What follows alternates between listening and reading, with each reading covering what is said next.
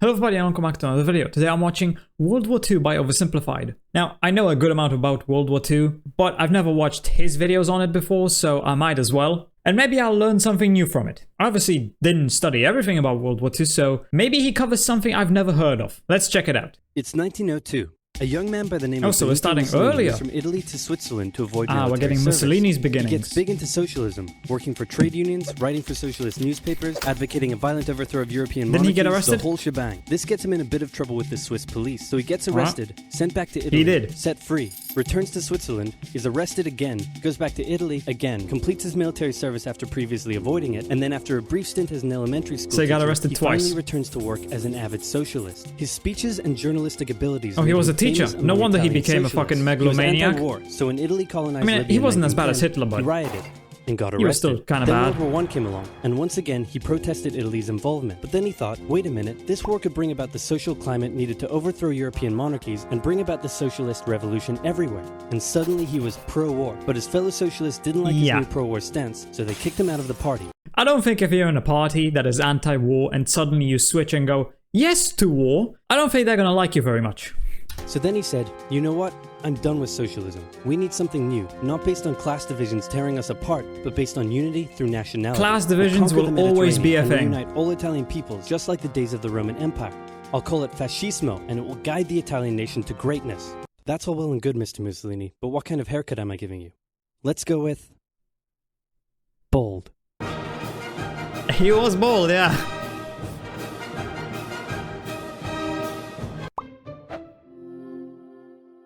Yeah, let's be honest, it doesn't really matter what political ideology you follow, there will always be some sort of class divisions. I mean, everybody in communism was supposed to be equal, but that wasn't the case. The people in power had privileges, so not everybody's really equal, are they? This is the main point of communism, everybody is equal, fails because the people in power got power hungry.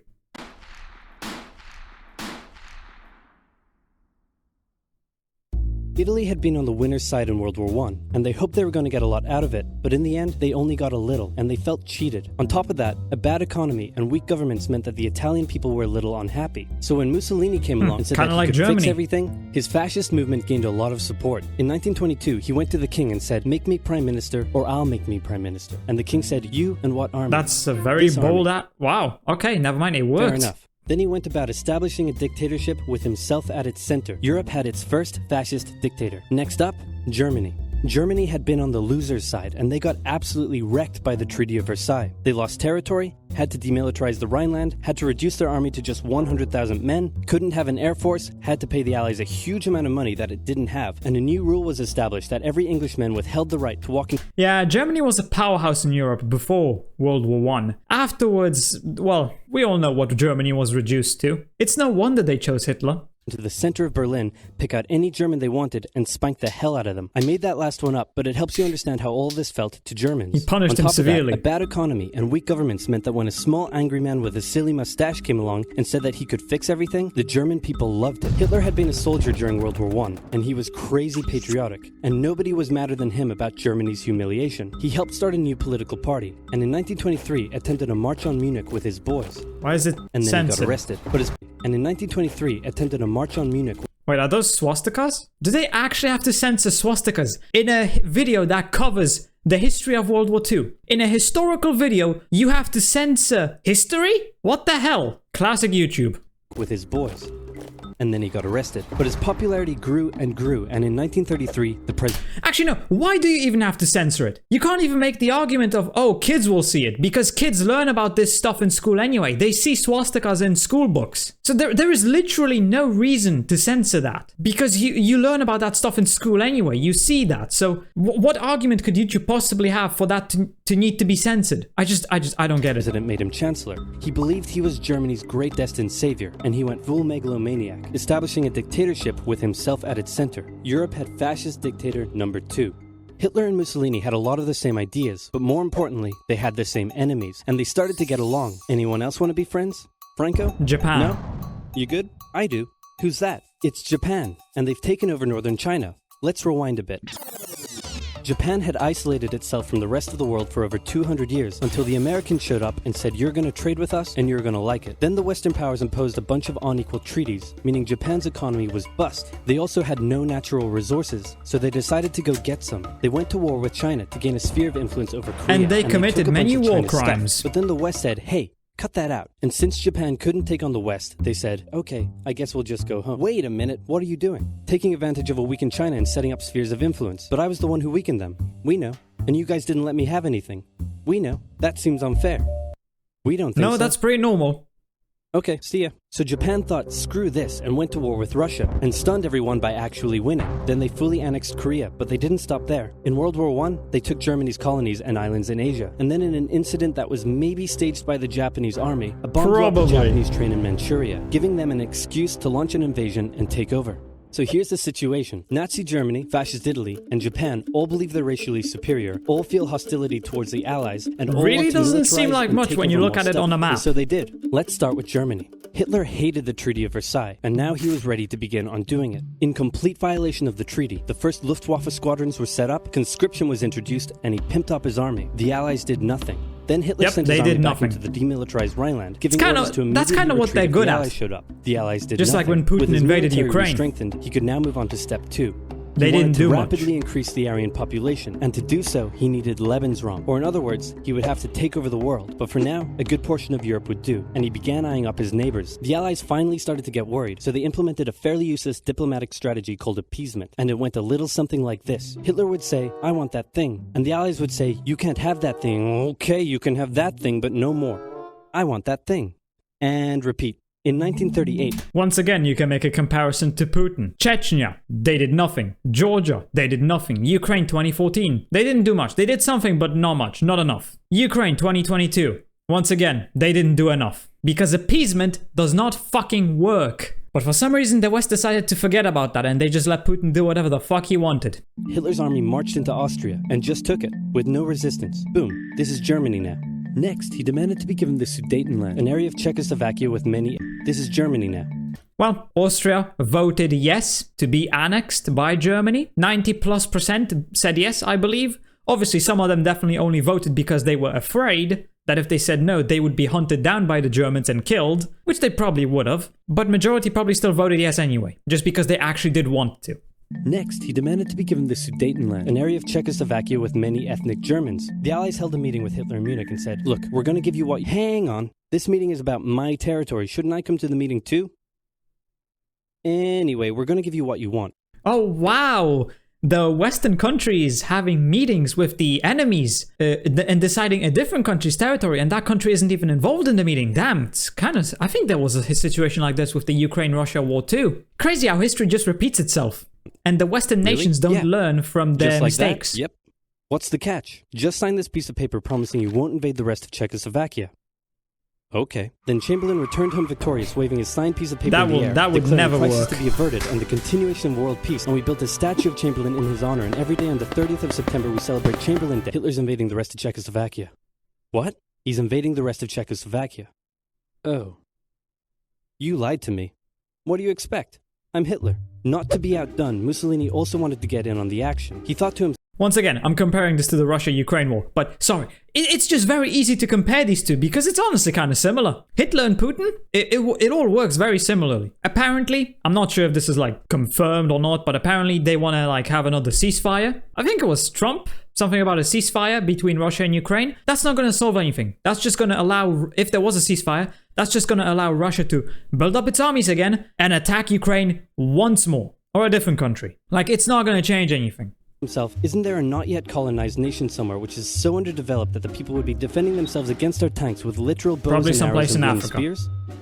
Oh, there is? Fantastic. Ethiopia. And so he took it. Italy also wanted to control the entrance to the Adriatic Sea, so they occupied Albania. Then, in another incident which was maybe staged by the Japanese, gunfire was exchanged by Japanese and Chinese troops at the Marco Polo Bridge, and the Japanese launched yet another invasion against China. They swept through Beijing and Shanghai, and then advanced to the Yangtze Valley to China's then capital, and they committed Nanking. a lot of war crimes. It was here that saw the worst of Japan's shocking atrocities committed against the Chinese people.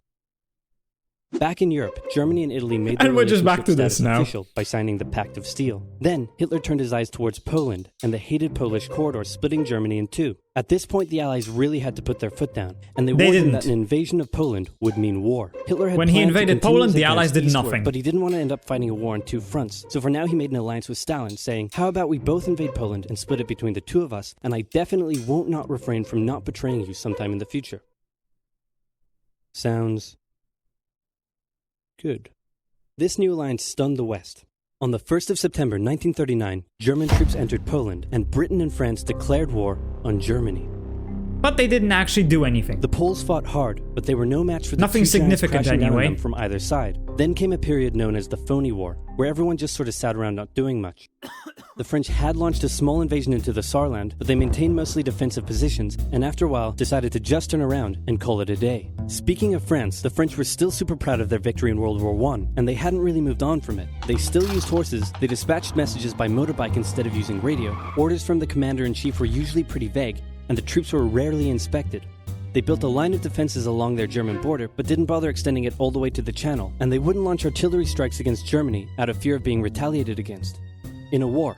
It's funny how they didn't extend the Maginot Line, because Germany's World War I plan was literally to go around France's defenses through Belgium. What made them think that Germany wouldn't try the same thing again? Especially if the Maginot Line didn't extend to the border with Belgium. Like, it was such an obvious thing that was gonna happen. They didn't want to attack the enemy. And at first the UK wasn't much better. Chamberlain still naively hoped that the war could be ended diplomatically. Instead of bombing raids, the RAF dropped like the West propaganda today. leaflets over German cities, which one air marshal said likely did nothing but provide the continent with toilet paper for the duration of the war. They also only sent 200,000 men to France, while the French had mobilized millions. Both Britain and France wanted to avoid a repeat of the First World War, and so they wanted to keep the war as far from home as possible. So they turned their eyes north, towards Norway. Neutral Sweden was exporting iron ore to Germany through neutral Norway, so the Allies asked them if they could please stop exporting iron ore to Germany, but this request was refused. Then, the Soviet Union attacked Finland, so the Allies said, "How about we land troops in Norway and move them Finland across Sweden to go help humiliated out your the good pal Soviet Finland, Union. and along the way maybe take control of all your armed fields." But Norway and Sweden still said no. So the UK mined the waters around Norway to force any transport ships into international waters, and they also attacked a German tanker they found in the area. Hitler realized what the Allies were up to, and he quickly moved to secure his supply of iron ore. He launched an invasion through Denmark into Norway. The Allies rushed to land troops at key ports along the coast, but Germany had taken control of Norway's airfield, and their air superiority decided the fight. The Allies had to retreat. After this slightly embarrassing failure, Chamberlain resigned and was replaced with Winston Churchill, who had a slightly different approach to dealing with the Germans. Hitler's overall strategy was similar to Germany's First World War strategy. Attack France, defeat France, knocking out the UK in the process, then turn on the Soviet Union and win the war. During the Phony War, the Allies had given And it Hitler almost time to worked prepare too. his forces. Now, he was ready to attack. The Allies had wanted to place troops in Belgium, but Belgium had refused, and in a move that surprised pretty much no one, Hitler launched an invasion to get around France's defenses. The Allies charged into Belgium at full speed to meet the German invasion head-on, and it looked like a repeat of the First World War was coming. But this time, Hitler And then had a trick up Blitzkrieg. his sleeve. Blitzkrieg. As the Germans advanced, they sent thousands of refugees westward, slowing down the Allies. Then, to the south, the French had left the Ardennes, an area full of hills and forests, pretty underdefended, because they thought it was naturally impenetrable. Well, the Germans were about to gonna with penetrate everything it. They had. They smashed 50 Wehrmacht divisions through and encircled the Allied armies at lightning speed. The best of the Allied forces were now trapped. The Germans squeezed in from all sides, taking out France's best armies and nearly wiping out the British too. But they managed to make a desperate last-minute escape at Dunkirk, with British civilian ships even making the perilous journey to bring their young men home. With most of the French forces I did not depleted, realize that the civilian Germans ships also breezed took part through, in that. taking Paris, and France fell. What the Germans couldn't Props do to in them World for War taking I, that risk. Hitler had done just like that. Hitler hoped that with the fall of France, the UK would also lose hope and sue for peace. But quite annoyingly, it didn't, and he needed to secure the Western Front, so he tried to force them into submission with mind games. The UK were now all alone, and Hitler wanted to emphasize that. First of all, just before France fell, Italy finally declared war on the Allies, making the UK's situation even worse. Next, instead of just occupying all of France, Hitler occupied the coastal areas for defense, but allowed France to continue its existence as a German puppet state. This way, it looked like the UK's old ally had decided to switch sides. Hitler also hoped that the UK wouldn't attack any of her old allies' navy bases or colonies in Africa, giving they Hitler an obviously extra would. line of defense to the south. But the UK made sure to respond to this by sailing down to France's navy base in Algeria and wrecking a bunch of ships. So have at it. Hitler then began laying down plans for an invasion of Great Britain. Before German troops could land on British soil, he would first need air and naval superiority across the Channel. Waves of German bombers came, while the completely outnumbered RAF worked bravely around the clock in an attempt to quell the German attacks. At first, the Luftwaffe targeted British ports and coastal facilities. Then it attacked RAF bases, crippling the RAF's ability to defend the nation. And it looked like Hitler's Great British invasion was coming. But then, Churchill ordered a small, pretty insignificant bombing raid over Berlin. It didn't do much damage, but Hitler was furious, and he immediately ordered the Luftwaffe to refocus its attacks on civilian targets in London. Children were Hitler's sent off first to the mistake. countryside, away from their parents. Should have kept focusing on the military targets and cripple the British but British morale efforts. held firm. Smiling, knitting, lounging casually, these people have balls of steel. This refocusing on London also gave the RAF breathing space to reorganize, so Hitler kind of shot himself in the foot there. Just the foot for now. Finally, the Luftwaffe sent one massive all-out attack on London, and the RAF successfully repelled it, destroying many of the German aircraft and placing air superiority firmly in British hands. Hitler's invasion had to be postponed, but the bombing of British cities continued for some time. Alright, on to part 2. So what else is happening? Well, when I said Britain was all alone, that wasn't entirely true. Many Commonwealth nations and other Allied colonies had joined the war in Britain's support. They would play a key role throughout the war, particularly in the African and Italian campaigns. On the Axis side, Germany, Italy, and Japan signed the defensive tripartite pact, bringing their military alliance even closer together. The Soviet Union's war against Finland should have been an easy victory, but it became a humiliating But it was an struggle, embarrassment. and their military ineptitude was put on full display. In the end, they did force the Finns to sue for peace. Then, they continued their honorable campaign of pushing around much smaller countries by annexing the Baltic Also states kind of and like part of northern Ukraine. Romania. France's colonies in Equatorial Really shows Africa were how like, heck no, we aren't going to join the inept Germans, the Russian and they all army pledged is. their allegiance to free France, except for Gabon, which had to be taken by military force. The Allies also tried to capture the strategic port of Dakar, but that ended in failure. Mussolini had seen Hitler's successes, and he thought now it was Italy's time to shine, so he tried to take British Somaliland, and that went pretty well. Then he tried to take Egypt, and that went less well. Then he tried to take Greece, and that went really badly. Churchill began referring to Italy as Europe's soft underbelly. Ooh! He began favoring a military campaign from the south and started sending British troops to Greece. All of this had Hitler pretty concerned, and he moved to protect his southern flank. He had been getting friendly with Hungary and twisted their arm into signing the tripartite pact and joining the Axis powers. Romania Can't was blame also Hungary. eager to It was join for sign the protection pact against or the get Soviet invaded. Union. The tripartite pact was designed to prevent any other countries from deciding to join the Allies. Specifically, And honestly, better to ally with Germany than get invaded by either Germany or the Soviet Union. Especially not the Soviet Union. Britain's old ally, the pesky United States of America. When war first broke out, American public opinion was strongly against joining in. In 1940, there was an election. The Republican candidate said, "I will not send any young Americans to die in Europe." And sitting President Franklin D. Roosevelt said, "I will also not send any young Americans to die in Europe. Unless I have to, then I might." And Roosevelt won. Churchill asked him to join the war, but Roosevelt said, There was "No can do, Winston." definitely a lot But of you know other what? reasons why he Here, wanted have some just that. weapons. America began supplying the Allies with food and munitions, but there was one problem. German U-boats were sinking thousands of Allied supply ships in the Atlantic, including American ones. If the Germans could sever Britain's supply line, the UK would starve. Throughout the war, the Allies had to come up with better technology to fight the U-boats. Improved radar, aircraft with longer range, better weaponry and convoy tactics. At one point, War America is even called a the- meeting and said, "Pikri, you take War is probably where technology evolves the most. Once again, Ukraine. Before Ukraine, drones were still a pretty new thing in war, but now drones are pretty normal. They're pretty standard. So war is where technology evolves the most. Take some wood, you take some ice, you put them together, you get pikecrete." And then he pulled out a gun and Oh yeah, shot I've watched some a wood video and it about this shattered. before. And then he shot some pikecrete and the bullet ricocheted off it and hit someone else in the conference room. Then they tried to make a pikecrete aircraft carrier, but that idea was scrapped because that's a really dumb idea. In the end, Alan Turing and his team of codebreakers cracked Germany's Enigma code, and the U-boats gradually became less and less of a threat. Back in Africa, Britain decided to push Italy out of Egypt. Hey, that was pretty easy, so they kept going. Hitler realized he was going to have to finally step in Didn't and do they get something. pushed back He went again? to Bulgaria and Yugoslavia and said, "Hey, I'm going to move Where's troops through you Rommel? to get to Greece, so either join us or, be invaded." Bulgaria Yeah, that was pretty much all the only choices you had. Join or be invaded. opted to join them. Yugoslavia opted to be invaded. Then Greece finally fell to the joint German-Italian invasion. The British had moved troops from North Africa to fight in Greece, which helped Rommel and his tank divisions push the British back to Egypt. There he is. And they could have kept going, but a small, mostly Australian force Tobruk? held out under siege for 8 months in Tobruk. Tobruk, denying the Germans a strategic port city and disrupting their supply line. Despite having some success in the Middle Those East, men there the did British didn't seem wonders. like any real threat for now. Hey, Soviet Union, look out. With 3 million troops, Hitler launched the largest ground invasion in history, and Stalin was far from ready. Both Churchill and Roosevelt had warned him of an impending attack, but he dug his head in the sand, and the Soviets didn't. You know, the Soviets, I'm not sure where I read this, but the Soviets were also planning to invade Germany and just the rest of Europe. It was really just about who did it first. The Soviets invade Germany or the Germans invade the Soviets. Germany decided to attack first.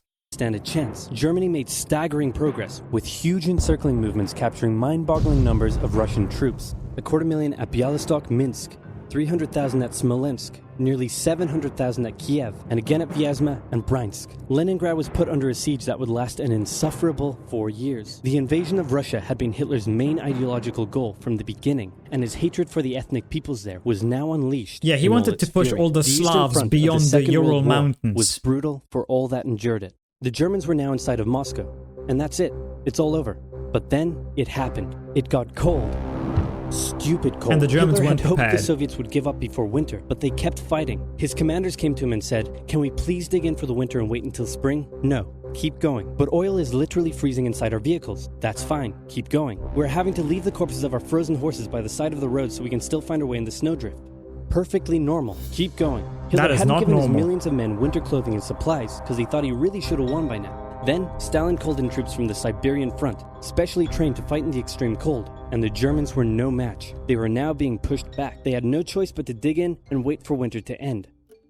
Germany's victories were staggering, and Japan was eager not to miss the victory bus. Their war in China had come to a standstill, but they wanted to keep expanding their sphere of influence and getting those sweet, sweet raw materials. They began making plans to expand southward, but Well, there was they a would need problem. to Southeast get rid of the Asia was US heavily Navy for colonized that. by America and Great Britain. It was also full of ocean. Ocean meant naval combat, and there was no way the Japanese Navy could stand up to the US and the UK. So they thought, wouldn't it be nice if we could destroy their navies before we begin our conquest? And so it was. Yeah, the Japanese attack on Pearl Harbor wasn't exactly a great success. December 7th, 1941, the Japanese launched a surprise air raid on the US Pacific Fleet at Pearl Harbor and inflicted a huge amount of damage. They also attacked British I wouldn't colonies really in call it a Southeast huge Asia, amount of damage. Pearl Harbor, and inflicted a huge amount of damage. 21 ships sunk and hundreds of aircraft damaged or destroyed. That's not really much. Especially because I don't think they even destroyed their repair yards or anything, so yeah. It wasn't really They that also bad. attacked British colonies in Southeast Asia. Roosevelt had no choice but to declare war on Japan, and so did Churchill. Hitler then declared war on America, even though Pointless. he totally didn't have to. The attack on Pearl Harbor seemed like a big Japanese victory, but they didn't attack any of the naval repair yards, Yeah, fuel storage exactly. tanks, or the submarine base, meaning the Pacific Fleet would be up and running again pretty soon. In the meantime, I would call though, that the attack a Japanese were failure, able to begin personally. their conquest. They took Guam, the Gilbert Islands, Wake Island, Hong Kong, and the Philippines. They forced Thailand to join them so they could march their troops through to Malaya. They swept through Singapore, North Borneo, the East Indies, New Guinea, the Solomons, and they were now threatening northern Australia and the borders of India. Japan's victory had been as staggering as the Germans, and it reinforced the Japanese idea that this was a divine war which they were destined to win. Italy is the But only their one who's victories had not been on based that bus. Speed, not power, and power would eventually catch up with them. For now, Yeah, though, when the US in all dropped 2 occupied sons on nations, them. the people suffered.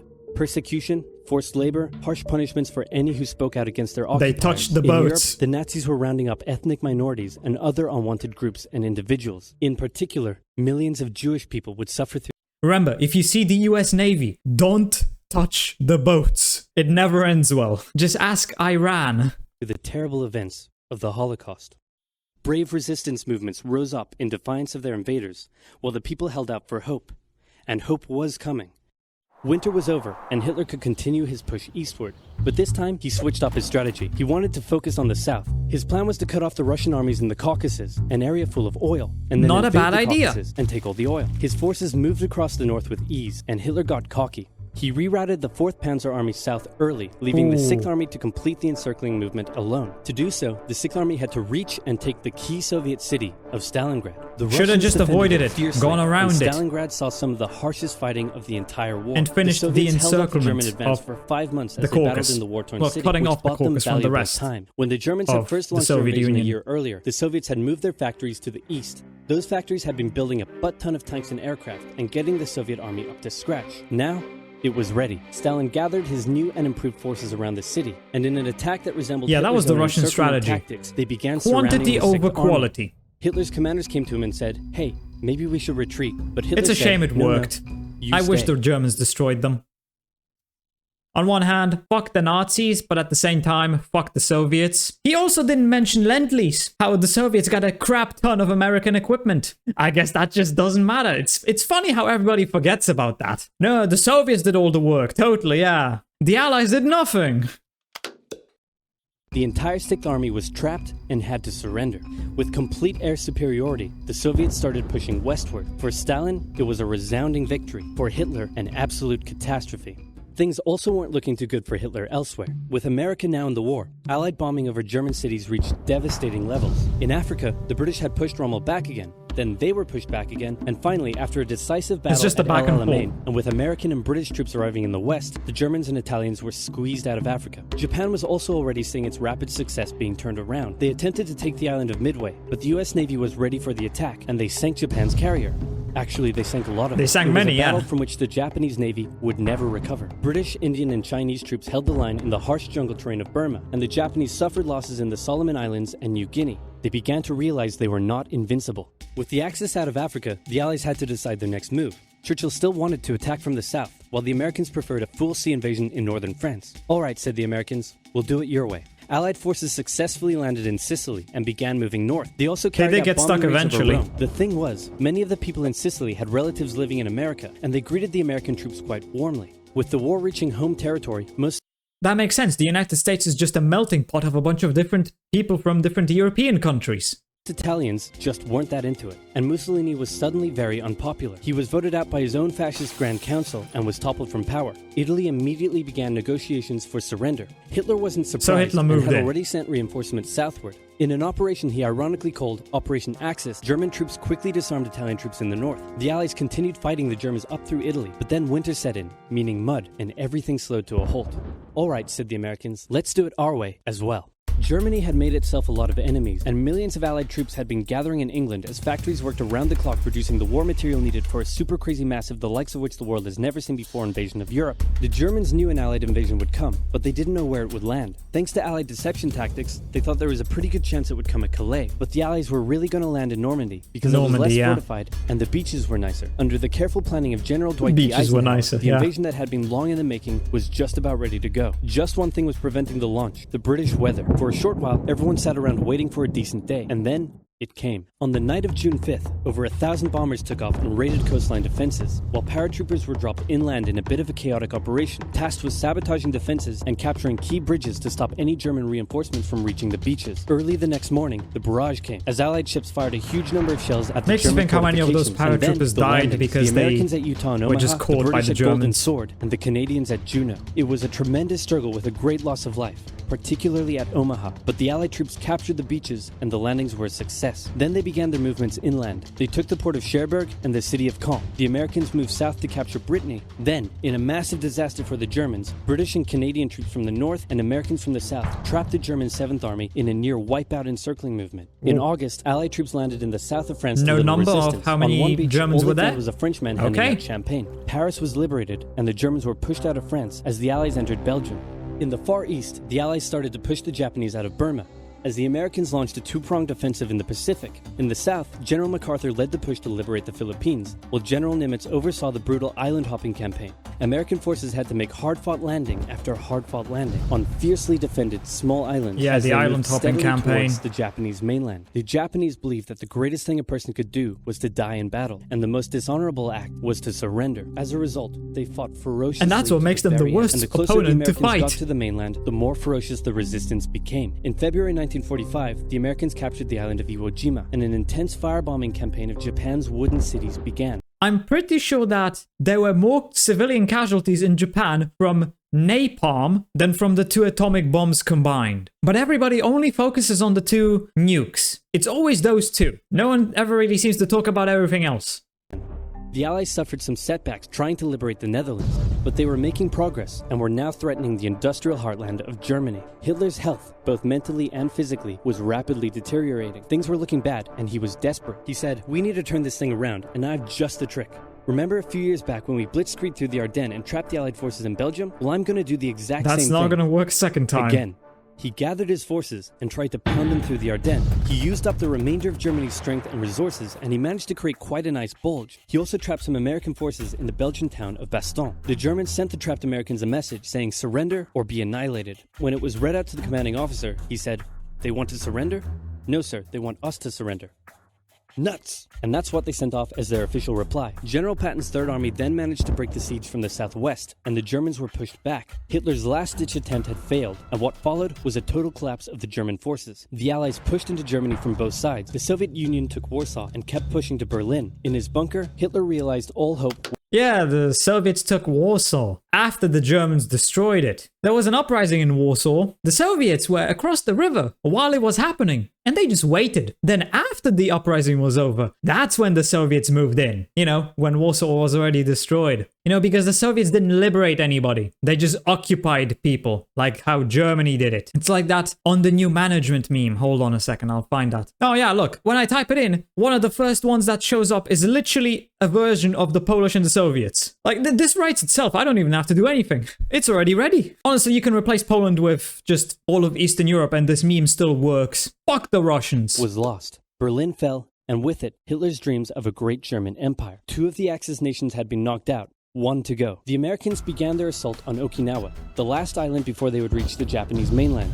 The desperate Japanese fought hard, launching kamikaze attacks on the US ships. The citizens of Okinawa suffered through the terrible fighting, but in 2 months, the island was captured. Civilians everywhere suffered. Either continue the devastating struggle not just in Okinawa, or they could try to coerce the Japanese into surrendering now. In July, the first successful atomic bomb test took place in New Mexico, and the destructive weapon was ready for use. America and the UK were also seeing the Soviet Union not so much liberating as occupying its captured territories. What a surprise! They wanted to put on a show of force. On August 6th, the A-bomb fell on Hiroshima. Then, on the 9th, Nagasaki.